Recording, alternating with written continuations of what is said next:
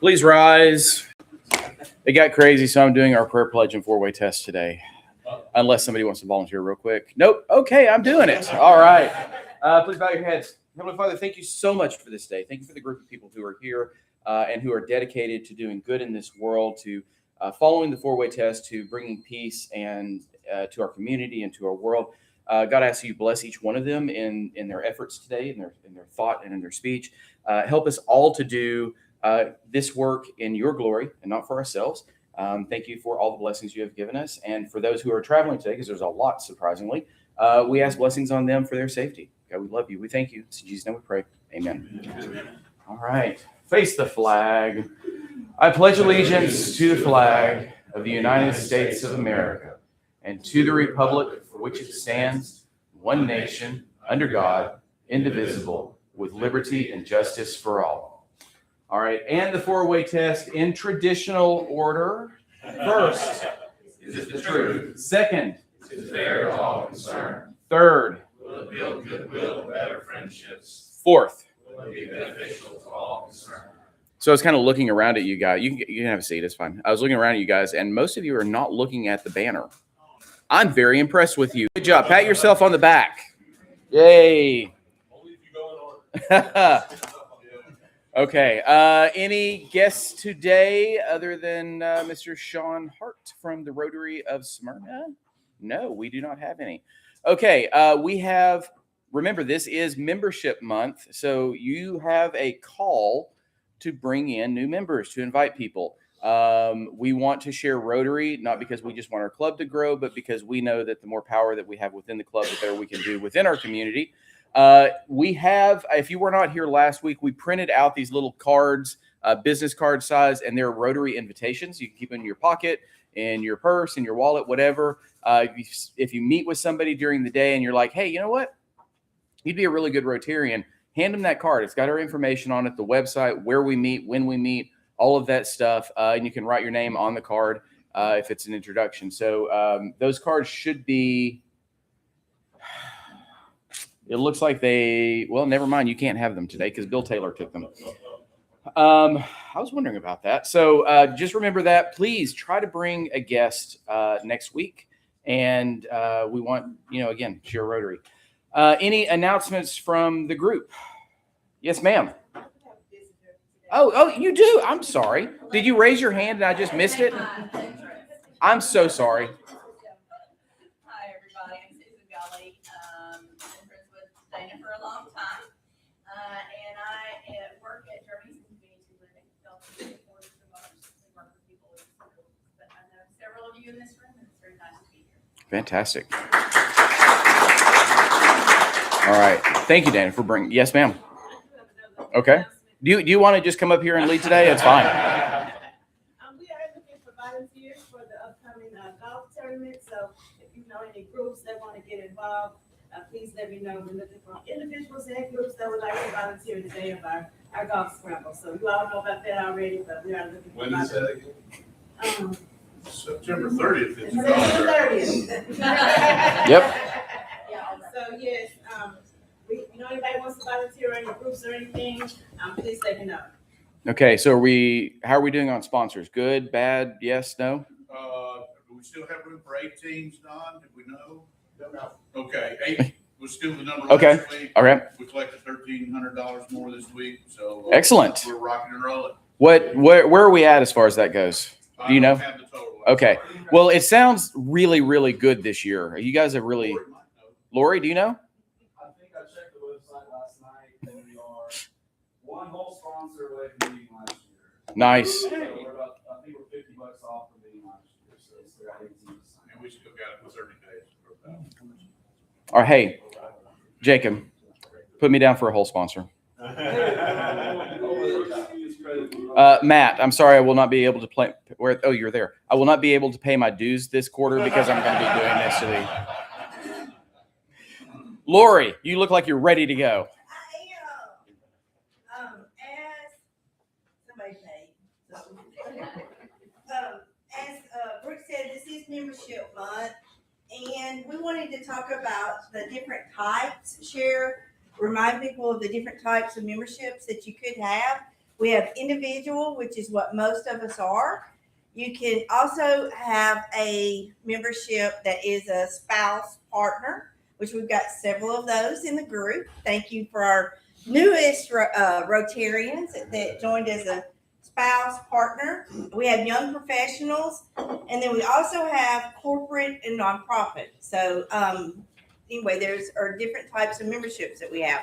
But we also have an upcoming event that is the fireside chat. And can anybody tell me when the fireside chat is? Tuesday? Steve. I saw Steve. Tuesday, August the 25th at Judy Powell's house. What time? I've got to be there early because I'm. Thank you. All right. And Just in case anybody didn't get it, it does start at 6 o'clock. So I thought it was 5:30. I think 5:30. I'm You not- do not. I wasn't get going to to be bed. there until 6 o'clock. Y'all, I'm just going to. to sit down, shut up, and 5:30 to 6, I think, is maybe the Oh, actual okay. program does not That's start all right. till 6. that's what it was. But anyway, but seriously, we do want you think of someone who has a servant heart that could help us make a difference in Rutherford County and be a part of our Rotary Club. So either take out your phone and send a text to someone that you think of and invite them, or make you a reminder to invite somebody for next week.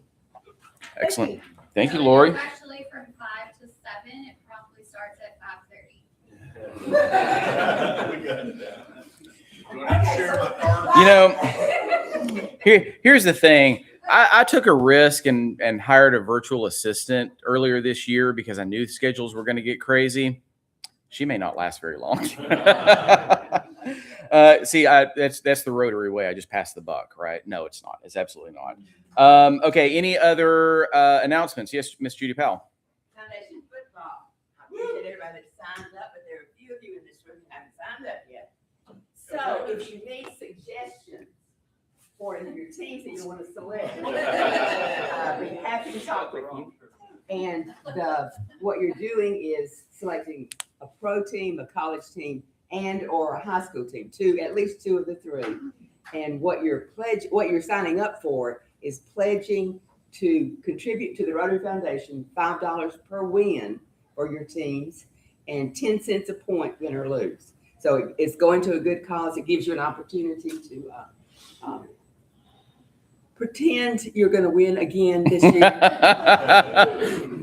But Alabama will be there. Everybody will be there. So sign up if you haven't signed up. So I'll start it around here. Oh, Judy, careful that there. ends up being about 200, 300 bucks. Is that about right? That's typically where we've ended up. It's not a big contribution expectation, but it goes to a good cause. And gives me a lot of fun. Y'all enjoy it. Yeah, there's a lot of strategies with foundation football, and you got the Titan strategy, which is you pick the teams that you really, really hope to win because they're always the underdog, but they always let you down. Or you can pick the I call it the Oakland high school version, which is you pick the teams that are going to score a lot and kind of get the wins. It's fantastic either way you go. So all for a good cause. Okay, so let's see. I had the fireside chat on mine. Check the connector for several different opportunities for service. Just in the interest of time, last minute announcements. Yes, no, maybe. Okay, I'm going to invite my friend Sean Hart up here from the Rotary Club of Smyrna to do a little thing. Thank you, President Brooks. Good morning, everybody. Good morning. Well, it's fish fry time in Tennessee next month, if you're not aware of it, but you guys came off of a very successful barbecue festival. Congratulations, but I know you're planning on it for next year. And I believe that probably Jeremy and his club are working on the pancake breakfast for December. But again, September 12th, Smyrna Airport, 24th annual Wings of Freedom Fish Fry event. I couldn't have asked for a better year to kind of plan it because we're going to recognize and celebrate the 250th anniversary of our country, 25th anniversary of 9/11, and 55th anniversary of our club. So I've got kind of a trifecta of fives but it's the 24th annual. So I couldn't have asked for the 25th annual, but beggars can't be choosers. I would love to see everybody there on Saturday if you can make it. I'm praying for good weather and an SEC football game that doesn't impact people not coming out to the event like we did last year. But to kick things off, I have 5 pair of fish fry tickets that I believe Brooks is going to help me kind of raffle off, or however you want to do that. Yeah, we're gonna do Rotary trivia because we are a club that absolutely loves trivia, but I'm gonna take it a little deeper than normal. Some trick questions in here too. Okay, before adopting the name Rotary International, what was the organization officially called? Yeah, this one's tough, Jacob. No multiple choice? Okay, I will say this. You can reorganize the current name to get to the original name. International Rotary? Okay, it was International Association of Rotary Clubs. Okay, that was in 1922. All right. Okay, this one's a trick question, but I think you guys will probably get it. Which Rotary founder is credited with organizing the first Rotary Club, but was not the club's first president? You gotta raise your hand. Lori said it first. You get the first set of tickets. I'll come to you.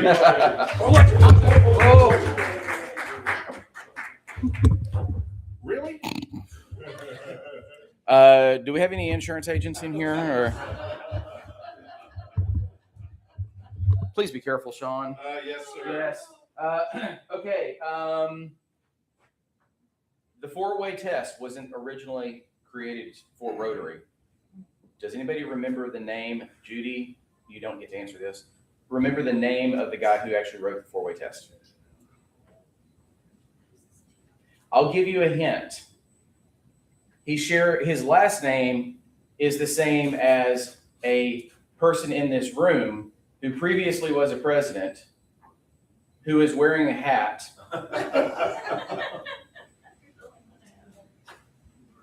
Keep the business, man. No, we're just gonna skip that one. No, you don't get to know it. Hey, You don't. Okay. All right. Fine. I'll do this one. Who? Because this was actually yes, sir. I think historically, those four-way tests, I think originally, like 3,000 years ago, came from Judaism. And it was, so anyway, that'd be a good step. Okay. All right. It was Herbert Taylor. Sean, good job. Okay. We'll bring this one down. Can anybody name the presidents of the 3 Rutherford County clubs?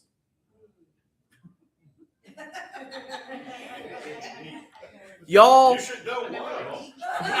there are 2 of them in this room.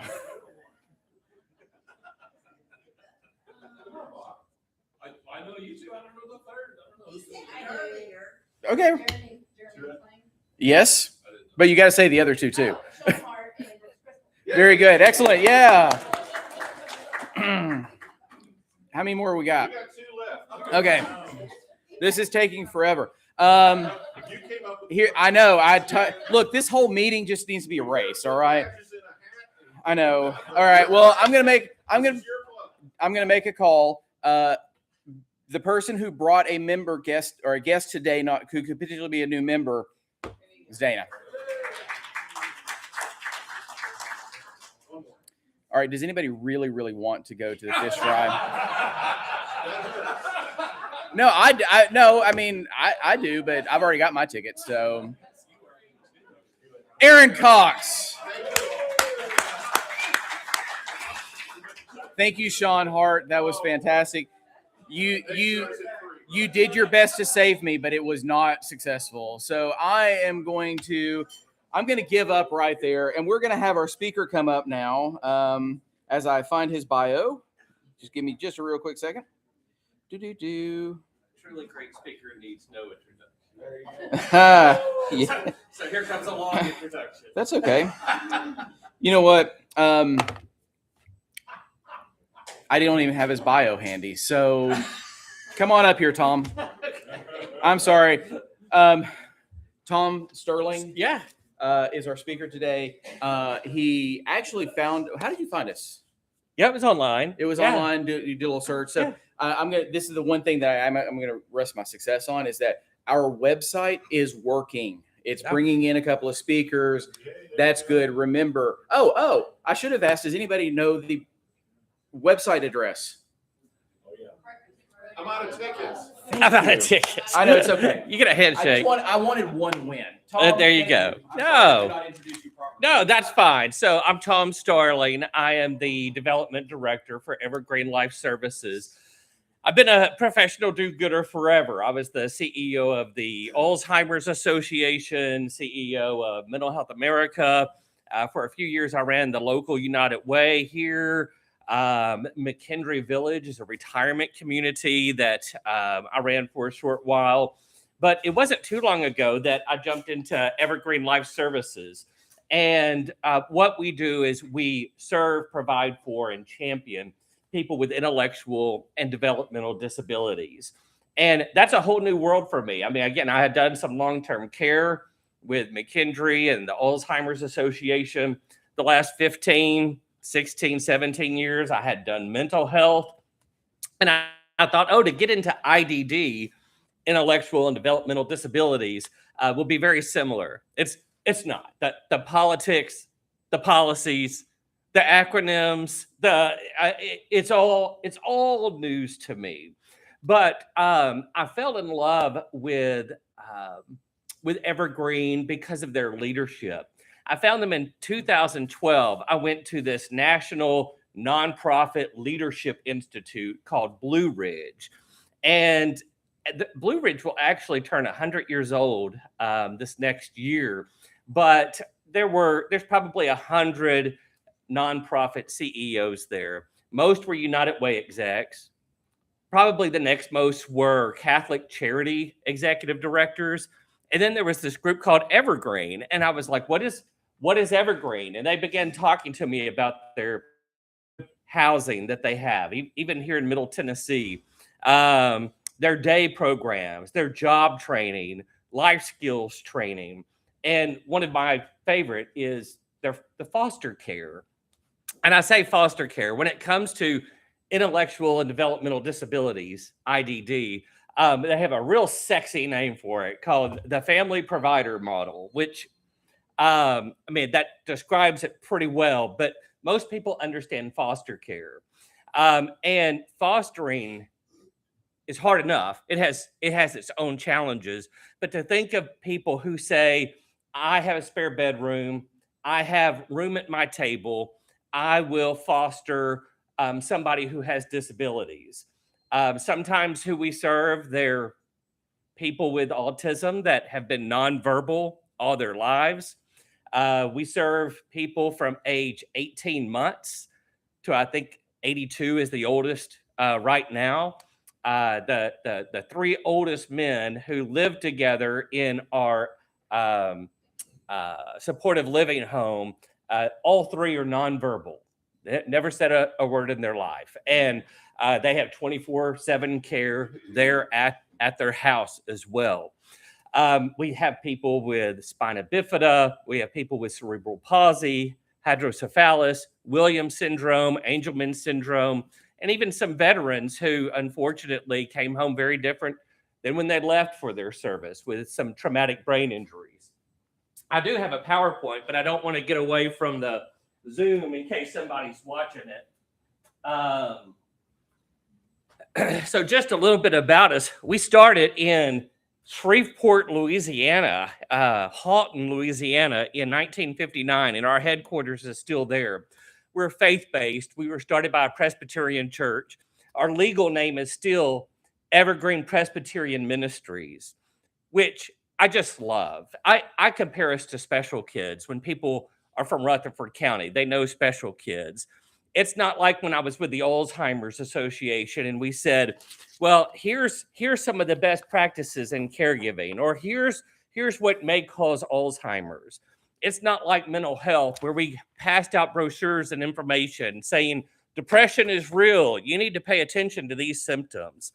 This is really getting your hands dirty. It's rolling up your sleeves We have DSPs, these direct service personnel, which are a lot like nurse aides that take care of so many of these people. Again, sometimes needing 24/7 care. I tell people as a former minister, I'd rather see a sermon than hear one any day.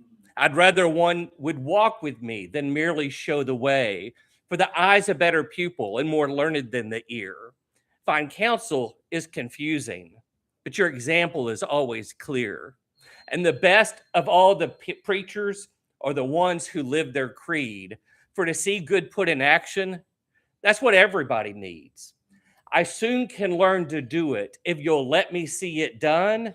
I can watch your hands in action, but your tongue too fast may run. You see, I might misunderstand you and the fine advice you give, but there's no misunderstanding in how you act and how you live. And to me, to see people dedicate their lives to folks who were born this way. Again, we have an 18-month-old in our service. Most of these folks were taken away from grandma at age 14 or 15 because they were getting too big for grandma to help. She couldn't get them to the doctor. DCS or Adult Protective Services stepped in and said, you need some permanent stability, some permanent assistance. So it is different from foster care in that there's not always that hope that they'll be reunited with their families, birth family. Sometimes that is the case, but the government steps in and says, us to help pay you to foster somebody like this is still better than what the alternative is for institutionalization or kind of warehousing some different folks. But we've been serving people here in Middle Tennessee since 2001.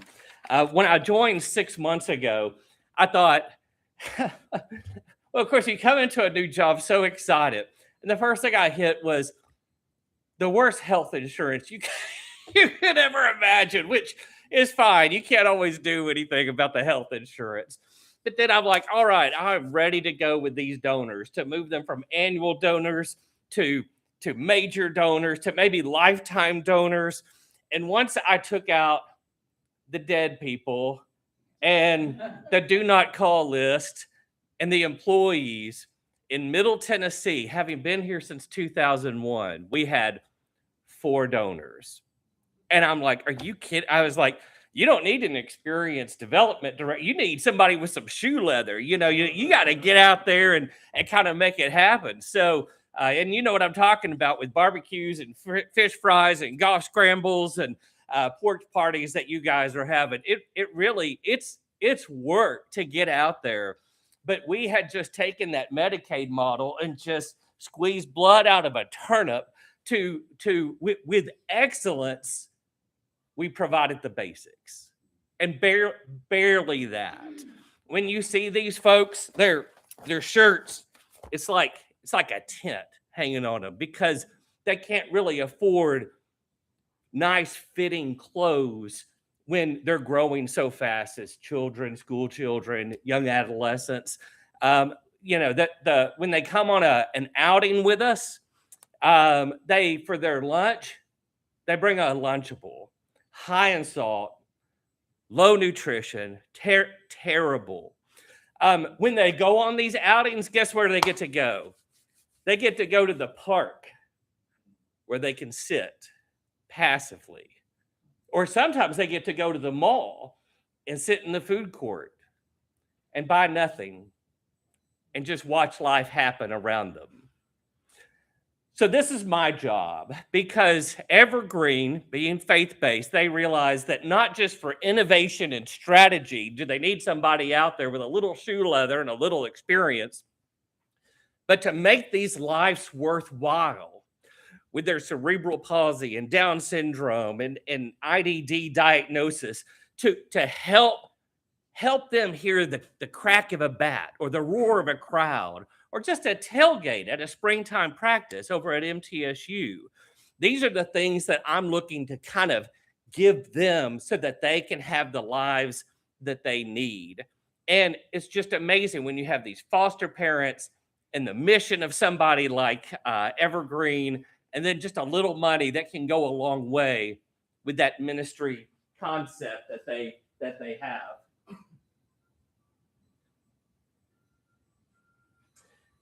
Yeah, I think that I mentioned some of this. When it does come to autism, back in 2000, the statistic was 1 in 150 people have autism, and now it's 1 in 31.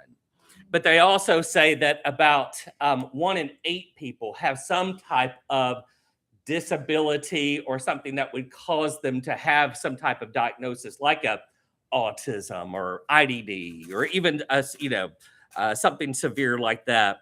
But these are our programs. Sadly, this just hurts my feelings, but I always love day programs because that's where you learn the job training and the life skills. And you're not maybe going to learn to cook, but you can make some Chex Mix, or let's put a taco together with the different things that you have there. And your friends are there. The job training is there. And now the state says that day programs are also institutionalization, that a day program is warehousing this population. So that happened during COVID. So nobody complained because we weren't getting together anyway. But now that all that's over, what we have done is really work on placing folks in these homes with the fostering families.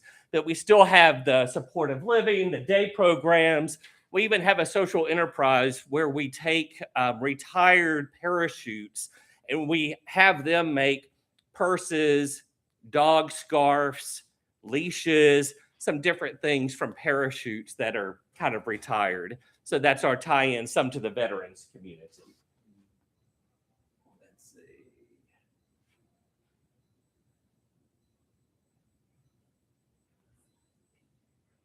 So there are ways, I'll go ahead and just put this up and kind of start going down. But yeah, we are good about 92 cents of every dollar going to programs and services, which if you work in the field of IDD or food banks, you should have very low administrative overhead. You're basically taking what comes in and pushing it out the door. We do focus a lot on just kind of that lower, I don't know if you remember Maslow, just that lower foundation, food, clothes, shelter, safety, like in their homes, the foster parents taking care of them, but they still need cordless window blinds, or maybe updated fire extinguishers, or carbon monoxide detectors, and some safety equipment and some things like that. So we really work on that.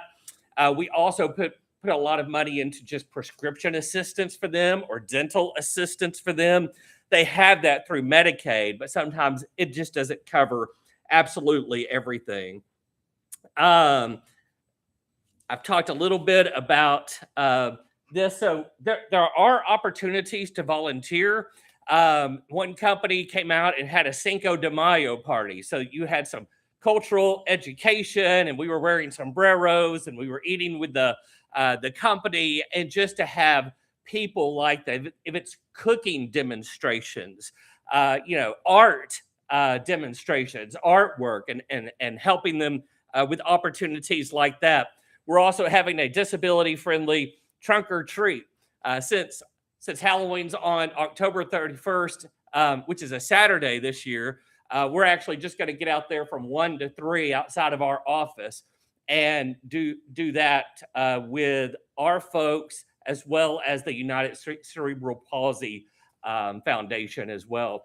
Our office, unfortunately, it's one exit outside of Rutherford County. So we're pretty much across the highway from the Tanger outlets, but that's not a terrible place to be. And then really most of our folks are in Davidson and Rutherford County. Other than that, we then drive a lot to Clarksville for the other majority. So we serve a big swath of Middle Tennessee. We have 17 service areas in 7 states. I did leave a brochure and some business cards over here by where you get your name tags. But, Evergreen's new to me. Intellectual disabilities are new to me. And I didn't know if you had any questions. I'd be glad to answer those as best I can. And I just thank you for the opportunity for what you do. I was actually part of the Morning Rotary in Franklin for 3 years, and then part of the Morning Rotary here for 3 years. And it's good to come back and see the changes. You're not meeting where you were meeting 20 years ago. So, but yeah, do you have any questions? Yeah. How many youth persons supported do you serve in Rutherford County?